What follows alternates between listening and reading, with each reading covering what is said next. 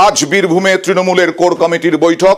Anubrata Mondal Tihar jail থেকে মুক্তির পর আজই প্রথম কোর কমিটির বৈঠক, এবং সেই কোর কমিটির বৈঠক শুধু অনুব্রত মণ্ডল নয়, কাজল শেখ তো উপস্থিত থাকবেন। কাজল শেখ ছাড়াও সবে মিলে করি কাজ, এই বার্তা দিয়ে অনুব্রত মণ্ডলকে অনুমতি দেওয়া হয়েছিল কোর কমিটির বৈঠকে থাকার। আজকে বীরভূমের তৃণমূলের কোর কমিটির বৈঠক। এই মুহূর্তে আমার সঙ্গে রয়েছেন দুই প্রতিনিধি, আবির ঘোষাল এবং ইন্দ্রজিৎ রুজ। আমি আবিরের কাছে যাব যে আবির, আজকে সবে মিলে করি কাজ এই বার্তা দেওয়া হয়েছিল শীর্ষ নেতৃত্বের পক্ষ থেকে। সেই শীর্ষ নেতৃত্বের বার্তা কি আজকে বাস্তবায়িত হবে? অর্থাৎ কাজল শেখ, আমি জানি অনুব্রত মণ্ডল যেখানে যেখানে গেছেন জেল মুক্তির পর সেখানে কাজল শেখ উপস্থিত থাকেননি। আজকে কি মুখোমুখি এবং সমীকরণ হওয়ার সম্ভাবনা কি আদৌ আছে? নতুন সমীকরণ?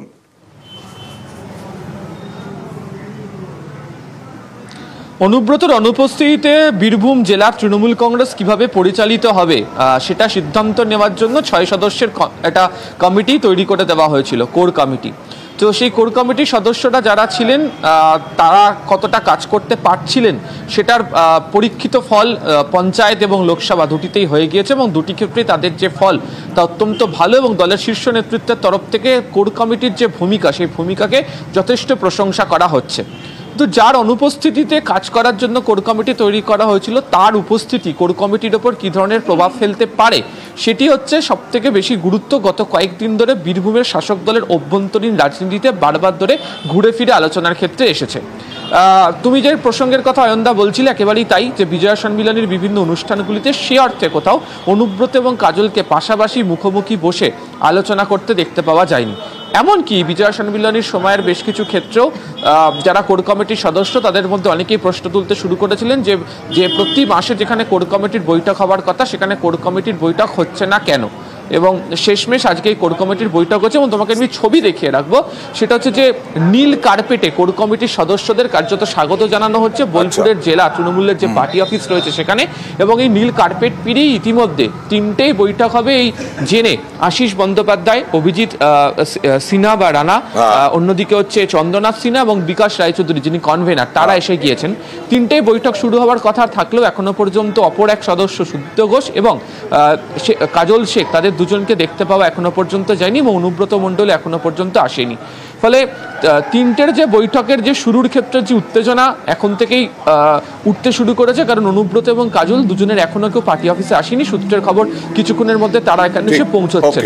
ফলে মুখোমুখি বসিয়ে বা পাশাপাশি বসে তাদের আলোচনার ক্ষেত্রে যে সমীকরণ তৈরি করার চেষ্টা তারা করতে পারেন, সেক্ষেত্রে গুরুত্ব পাবে 26-এর আগে যৌথ কর্মসূচি নিয়ে জেলা সভাপতি এবং কোর কমিটি কিভাবে এগোচ্ছে, এবং আভ্যন্তরীণ যে দূরত্ব সেটাকে তারা মিটিয়ে নেওয়ার প্রচেষ্টা আজকের এই কোর কমিটির বৈঠক থেকে করে উঠতে পারেন। দেখা যাক, আর কিছুক্ষণের মধ্যেই হয়তো অনুব্রত মণ্ডল এবং তার সঙ্গে সঙ্গে কাজল শেখ দুজনেই উপস্থিত হবেন, এবং দুজনেই মুখোমুখি হবেন আজকের বৈঠকে। ইন্দ্রজিতের কাছে চলে যাব।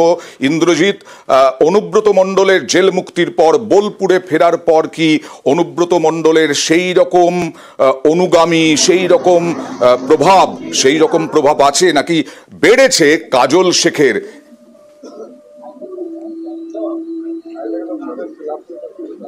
দেখো আয়ন্দা, যেটা বলে রাখবো, অনুব্রত মণ্ডল দীর্ঘ 2 বছর যখন জেলে ছিলেন, তারপরে যখন ফিরেছেন, সেই দিনকে যেভাবে কর্মী সমর্থকেরা এসেছিলেন তার বাড়িতে, তারপর থেকেই বীরভূমের যে প্রান্তে অনুব্রত মণ্ডল গেছেন সেই প্রান্তে কিন্তু একই রকম ভাবে অনুব্রত মণ্ডলের সভা থেকে শুরু করে তার বাড়ি বা তার দলীয় কার্যালয় সেখানে লক্ষ্য করা গেছে।